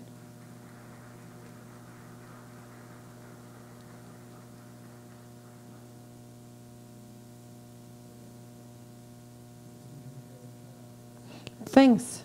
There is a phrase that I like, to revalue vote, and how jobs are devalued, and this is why young people face now this dilemma in terms of citizens' participation. And as we say in the report, there is lack of trust on public, private, and participation in social activities.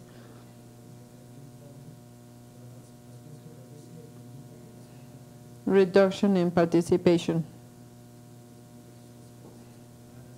School work and associations for political decisions. Strong level of lack of trust, and there is low participation. And in the case of young people, this is one of the biggest concerns.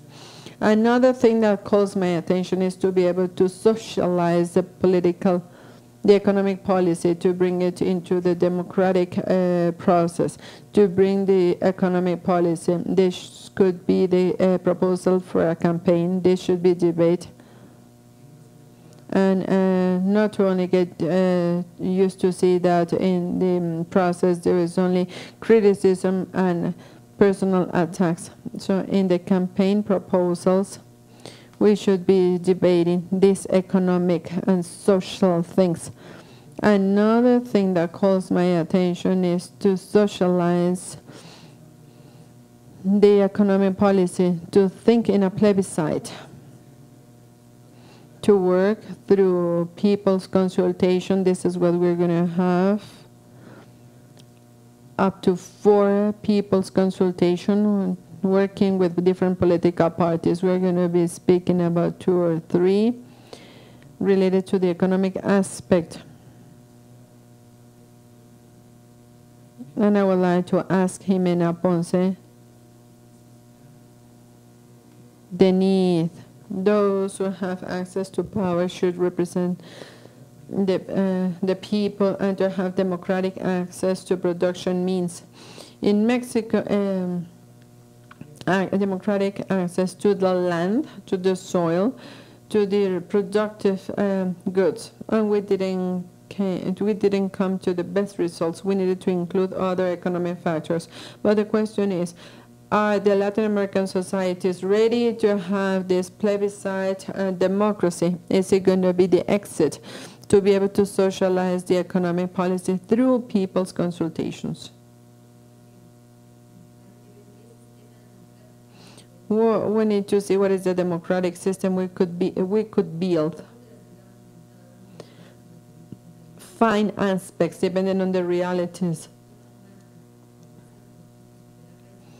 to overcome gaps, to close gaps.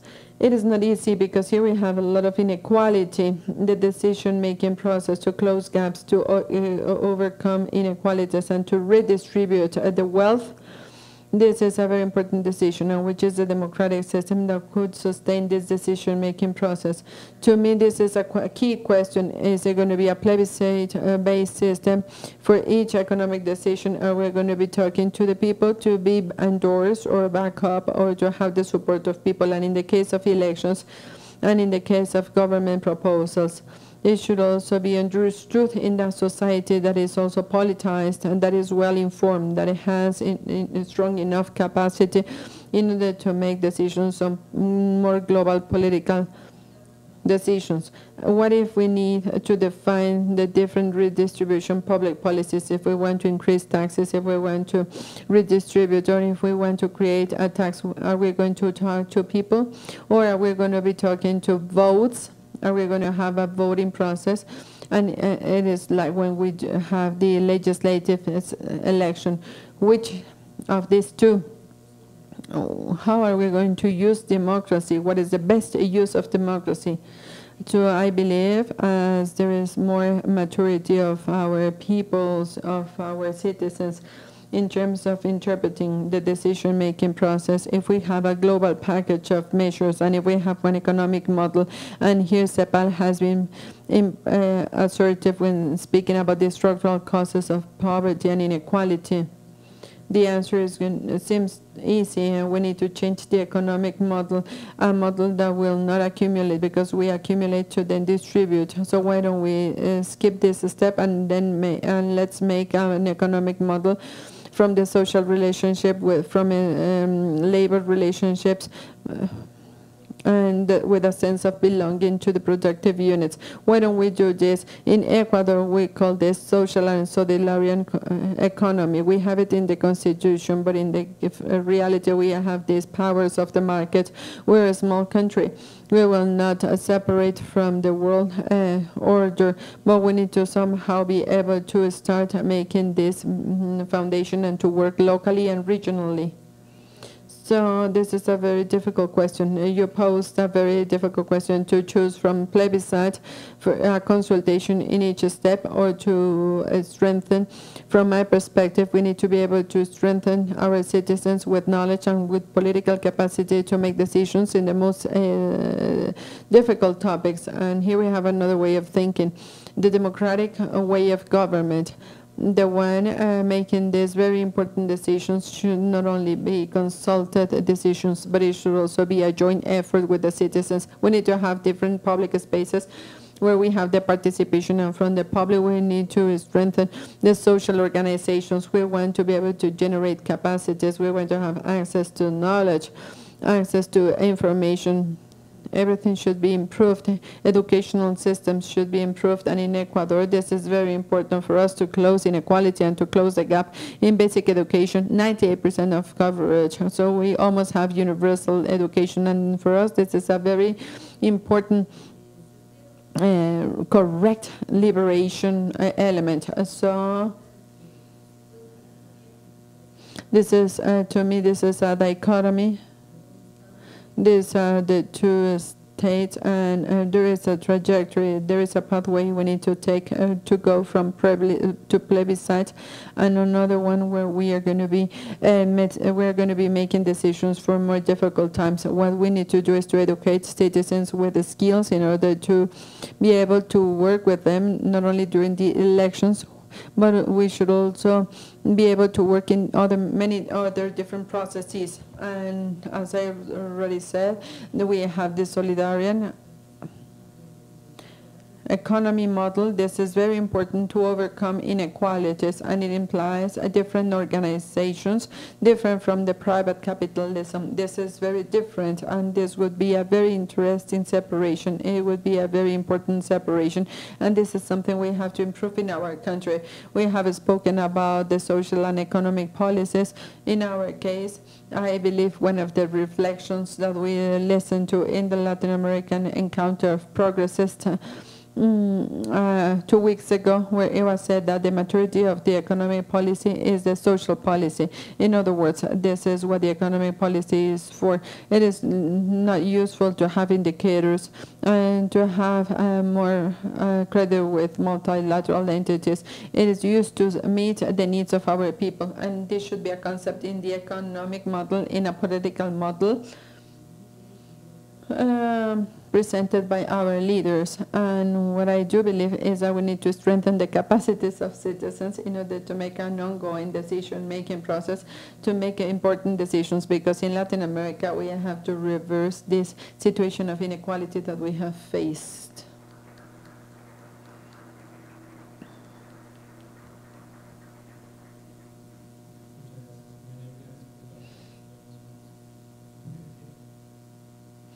I apologize for the format and for the questions, but this is the format that I was given.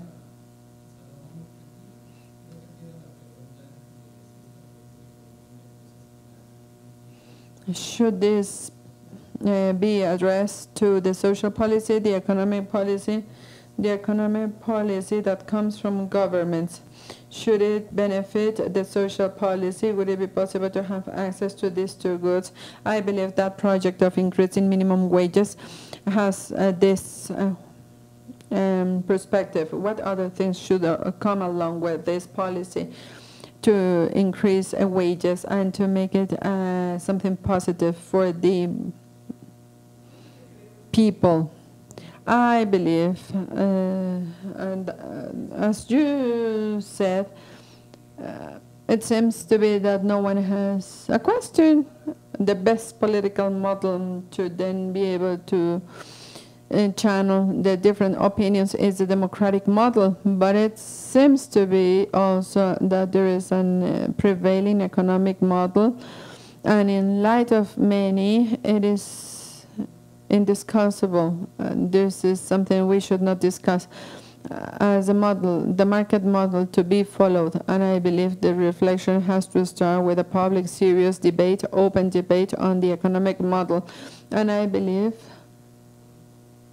with that discussion, an open discussion, discussion that we'll listen to, it will be possible to build what Rolando said and what Professor Zapata said. It will be possible to build a pact. It will be possible to come to a great national agreement in favor of equality. So I believe we can start sketching structural reforms now. And this is to then be able to come to equality. Because I do believe the issue has been the fact of working with a model that has exacerbated the inequality. And it is not possible to work in a society of Mexican people with equality.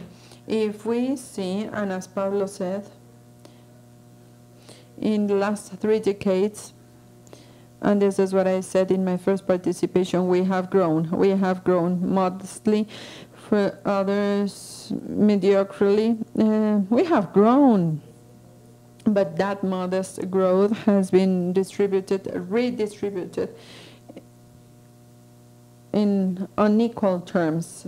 And as Pablo said, and I reiterate, if we see the division of our wealth between capital and work, it is exactly the opposite to what we see in other developed countries, where more than 2/3 of the wealth will go to the wage. And in our country, the opposite happens. 3/4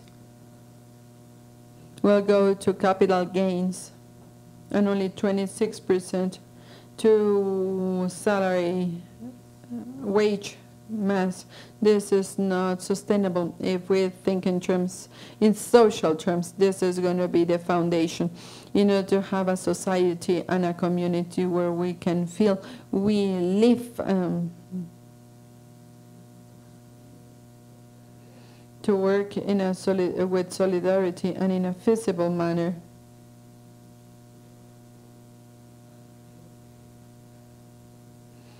I believe what Cepal said is right. Equality and income redistribution as a fundamental variable to think in terms of growing and not thinking in structural reforms and then growth and then employment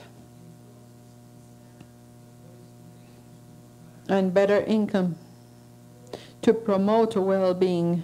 I believe we have to question the great national agreement on redistribution, and it has to do with the labor policy, the fiscal policy, the tax policy, because we should also remember that we are one of those countries where inequality is practically the same, despite of the taxes and despite of the redistribution and despite of the economic transfer after taxes. In other words, our fiscal policy is not benefiting, so we need labor salary policy, fiscal policy, and we also need expense policy that is based on the social aspect, that is thought like this, and there are many possibilities. And of course, we need the minimum, what we need to think about, the variables that could take us to this social aspect. And I also would like to insist on why the debate of the minimum wage. And I believe this is many of the arguments. First, in recent months, we have seen something strange in the economic policy, the discussion of an open policy, an open one, where we have listened to the voices, to the objections. We have pros and cons, and we also have the marginal beginning. We have the beginning of a debate that can take us to reflect seriously and in public about our economic model. Secondly, it takes us to the loss of value of work, and this is right in the center of the construction of all the healthy societies. If those who work can't live with dignity, then something is failing. Something is failing in this construction of the national agreements, and I believe this is something we need to bring to the center. And last but not least, I am an incrementalist.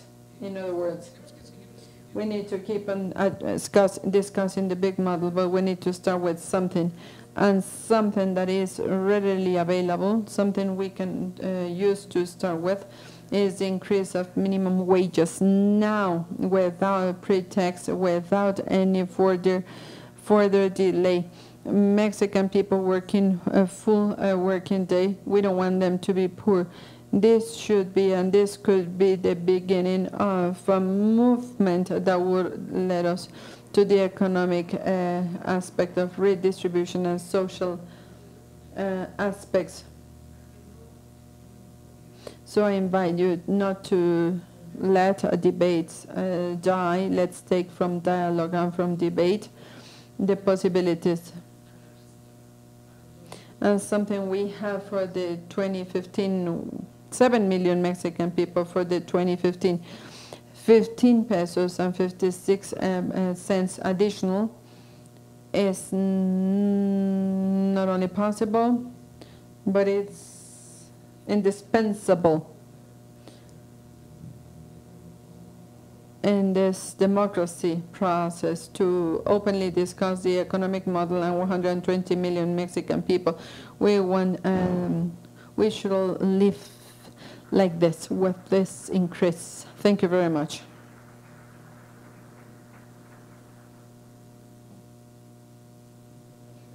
Thank you very much, Salomon. I think there is a consensus. What is necessary? What is necessary is to do a pact towards economic and social things, a pact for Mexico, but including the economic and the social aspects. And as Rolando said, there is a need to rediscover the economic model globally and nationally. Rolando, who has to participate in this pact? Who could participate in this pact? Is it an open thing? Are we going to, is it the institutional representation? Who has to do this? The political parties? In a representative democracy like the one we have today, we should think, of course, in terms of the participation of the political parties. We should also think in the discussion and reformulation of the economic policy. The problem we have in Mexico is that political parties are not interested. They are in their communities, they are doing what they have to do, but what they have to do is not what we have to do. This is part of the problem. There is a representativeness crisis of the representative democracy, and this is why we, on the one hand, we have to think and we speculate, as our board member just said. Shall we have a plebiscite-based democracy, or are we going to come to this economic policy through referendum and to vote the interest rate or the exchange rate? This is not the case. We don't want that to happen. This is exactly what this is all about, because that could happen. And the results will not take us to a better development. I believe what Jimena has said in these two participations. We need to take this into consideration for our present and future discussion.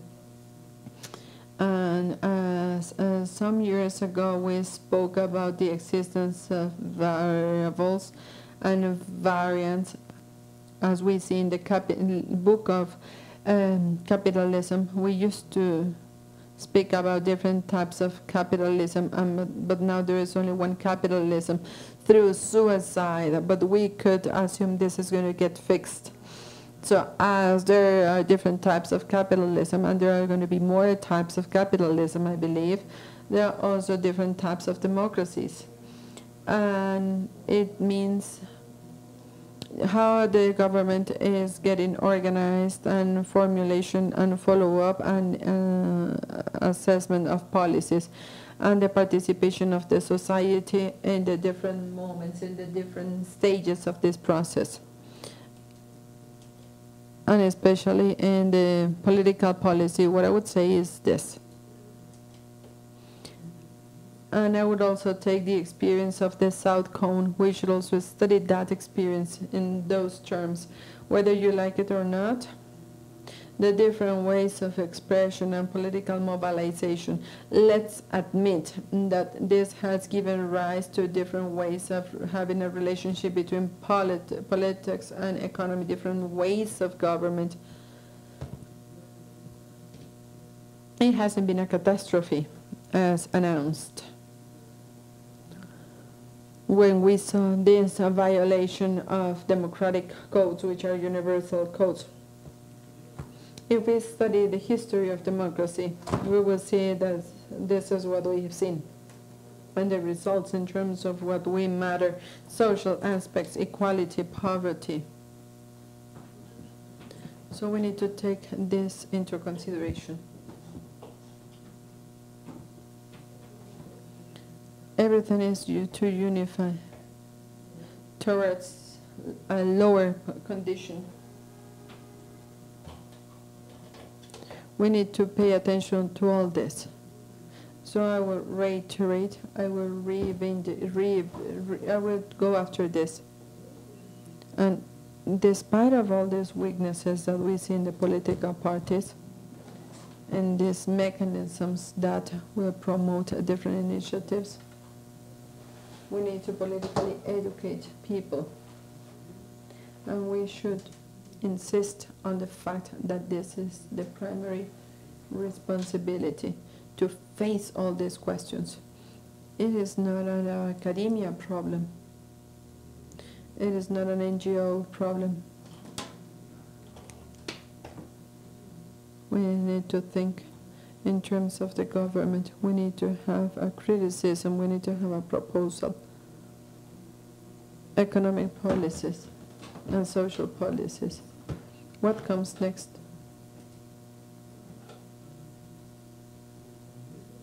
The Congress that we chose thanks to transition,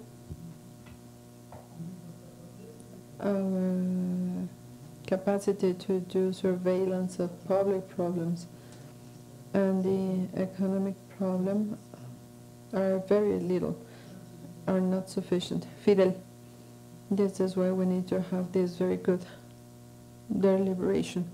Deliberation needs to take place in commissions. All this should be fed by the different academia services.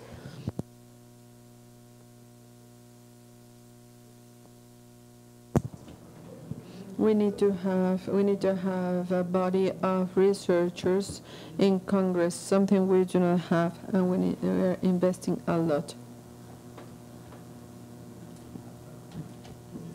So we need to have a mechanism of communications. The executive, we need to work with the social and political policies, and God may forgive me, and the Bank of Mexico as well. It includes the monetary policy. It should include the monetary policy. No, you know. It comes from the governor of the Bank of Mexico.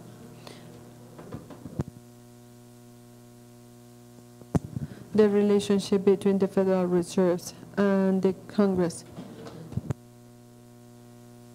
and the transparency of the deliberation of the Federal Reserve vis-a-vis the transparency of the deliberations of the Board of Governors of Mexico.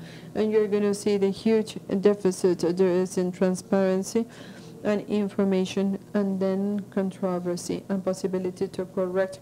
When we have an institutional construction stage,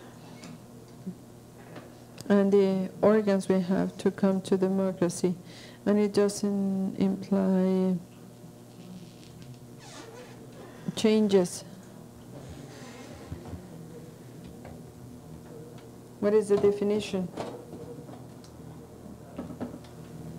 To have a democracy.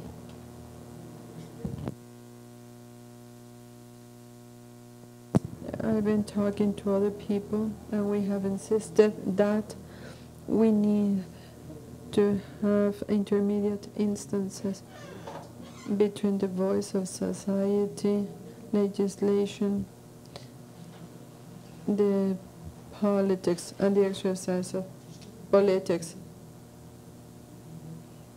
And we have requested to bring the concept of the social economic board, or concept which comes from Europe.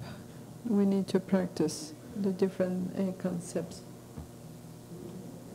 But we need to have ways to discuss, to assimilate interests and political forces to help Congress to come to respectable legislation.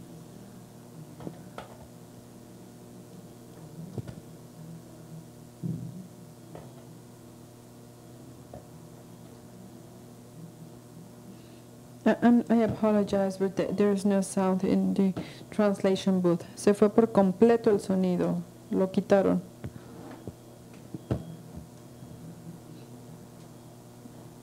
Ya, se fue por completo.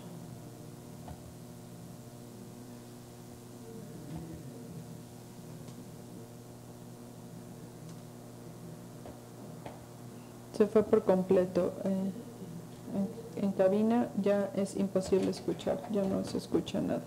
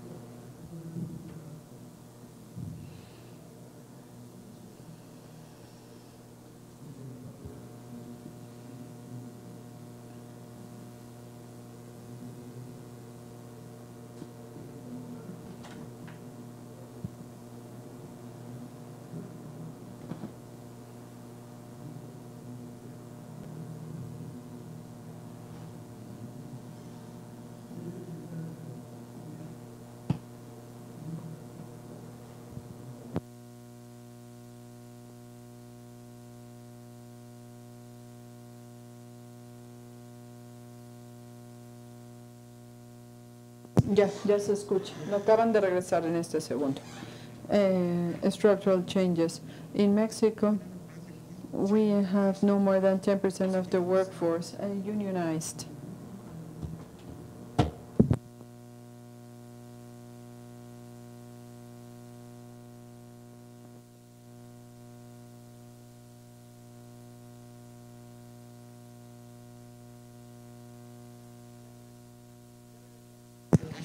And not only in the oil industry in the Valley of Mexico and in the middle and small-sized companies, but also in the most dynamic exports industry. In labor work, in the labor world, we have a tragedy,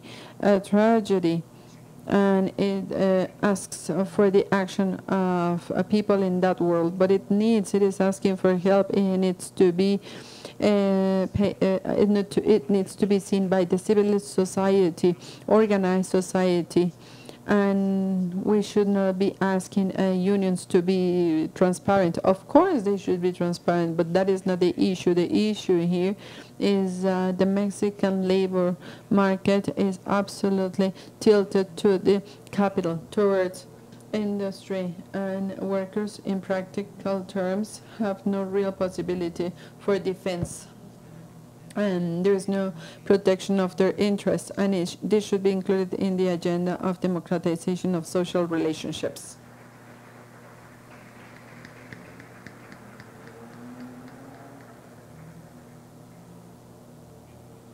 Thanks, Rolando. Thank you very much. And I believe we have more pending questions. Unfortunately, what we do not have is time. And I believe it was very productive, very positive. We came to consensus. We were able to see different perspectives and things. Thanks to the panelists, Francisco, Pablo, Jimena, Salomon, and Rolando. Thanks also to you all for your time, for your attention. We apologize for not being able to pose all the questions, and thanks to the organizers for the invitation. Thanks, and good afternoon.